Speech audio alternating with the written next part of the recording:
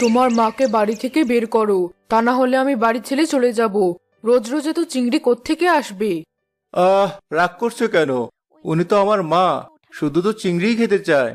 মায়ের জন্য রোজ রোজ KG KG চিংড়ি আনতে পারো, আর আমাদের খাওয়ার জন্য বাজার আনতে পারো না? আমাকে খাওয়াতে তোদের এত সমস্যা হচ্ছে? হ্যাঁ হচ্ছে, অনেক সমস্যা হচ্ছে। 2 পয়সা ইনকাম করে, তাও আপনার চিংড়ি খাওয়াতে গিয়ে শেষ হয়ে যায়। আমরা খাবো কি?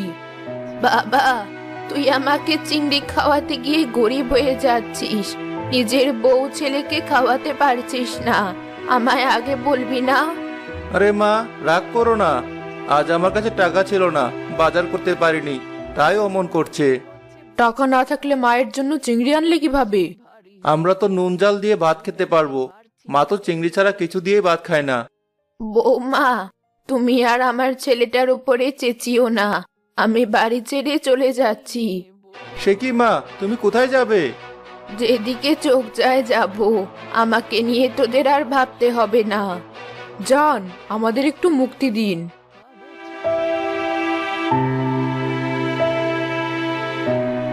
মা এবার কোথায় যাবে, কি খাবে? মা তো চিংড়ি ছাড়া কিছুই খায় না, রোজ রোজ চিংড়ি কোথায় পাবে? কোথায় আর যাবে, ঠিক 2 দিন পরে বাড়িতে ফিরে আসবে। বুড়ির শিক্ষা হওয়ার দরকার আছে। বুড়ি লতাকে তার বাড়িতে নিয়ে এলো।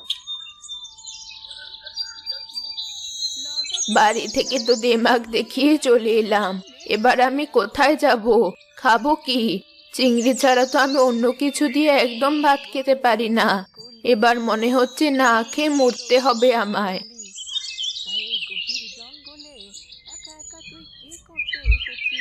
আর কত হাঁটবো?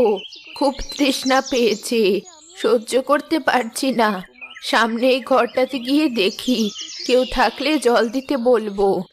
বৃদ্ধা তৃষ্ণায় কাতর হয়ে সে ছোট্ট ঘরটিতে যায় পানি পান করতে, কিন্তু ঘরটিতে কেউ নেই।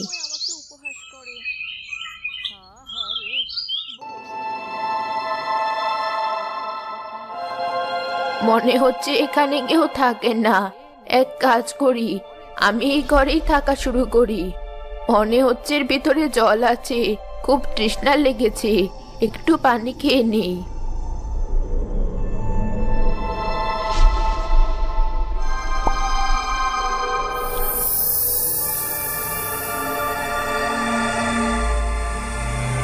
এ কি, কে তুমি?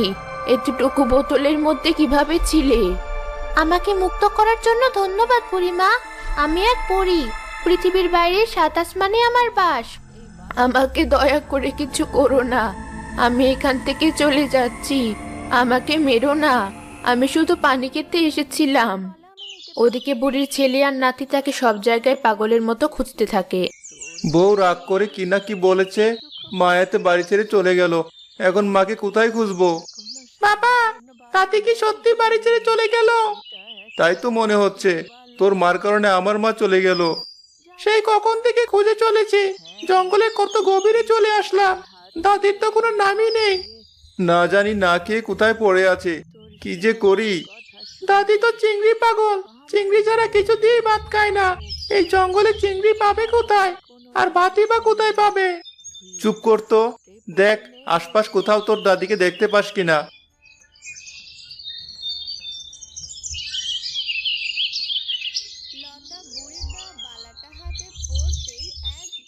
কে বলছেন? আপনি আমার প্রাণ বাঁচিয়েছেন, বন্দি জীবন থেকে আমাকে মুক্তি দিয়েছেন। আপনাকে আমি মারতে পারি? আমি শুধুমাত্র পানি খেতে এসেছিলাম। আপনি পানি খাবেন? এই নিন, ভয় পাবেন না, আমি আপনার কোনো ক্ষতি করব না।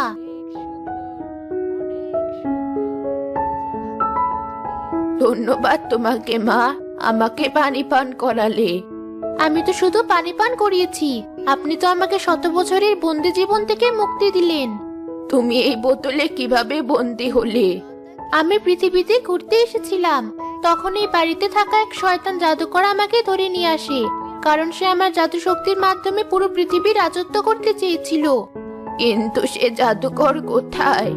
আমার সাথে সেদিন আমার বাকি বোনেরাও ছিল। পরবর্তীতে তারা এসে জাদুকরকে মেরে ফেলে, কিন্তু আমি বোতলে বন্দি থাকায় আমাকে খুঁজে পায় না।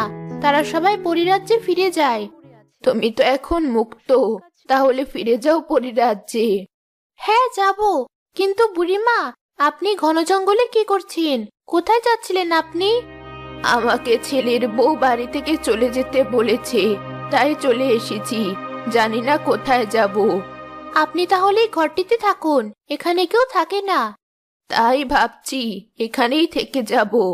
আপনি আমাকে মুক্ত করেছেন, তাই আপনাকে আমি কিছু দিতে চাই। বলুন বুড়িমা, আপনি কি চান? না মা, আমার কিছু চাই না, তুমি তোমার রাজ্যে ফিরে যাও। আমি আপনার যে কোনো একটা মনের আশা পূরণ করব, আপনি বলুন। আমি চিংড়ি ছাড়া কোনো কিছু দিয়েই ভাত খেতে পারি না। তুমি আমাকে অনেক চিংড়ি দাও, যাতে আমি সারা জীবন বসে বসে খেতে পারি।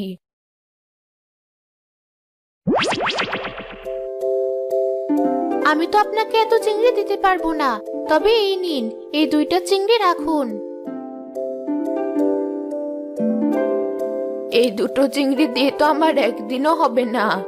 আপনি 2টো চিংড়ি খাবেন না, এই 2টো চিংড়ি দিয়ে চিংড়ি চাষ করবেন। এই 2টো চিংড়ি থেকে আপনার অনেক চিংড়ি হবে। কিন্তু আমি চাষ করব কোথায়? আমার তো কোনো পুকুর নেই। এই বাড়ির সামনে একটা বড় পুকুর আছে, আপনি ওখানেই চিংড়ি চাষ করবেন। ঠিক আছে, আজ থেকে তাহলে আমি চিংড়ি চাষ করব। আমার আর কোনোদিন চিংড়ির অভাব হবে না। আমি তাহলে আসি।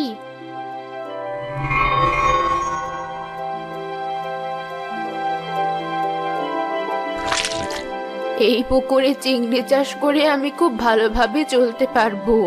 আমার আর ছেলের পিঠে বসে খেতে হবে না। এখান থেকে যা চিংড়ি হবে কিছু বিক্রি করে চাল আর নুন ঝাল কিনবো, বাকি চিংড়ি খাবো।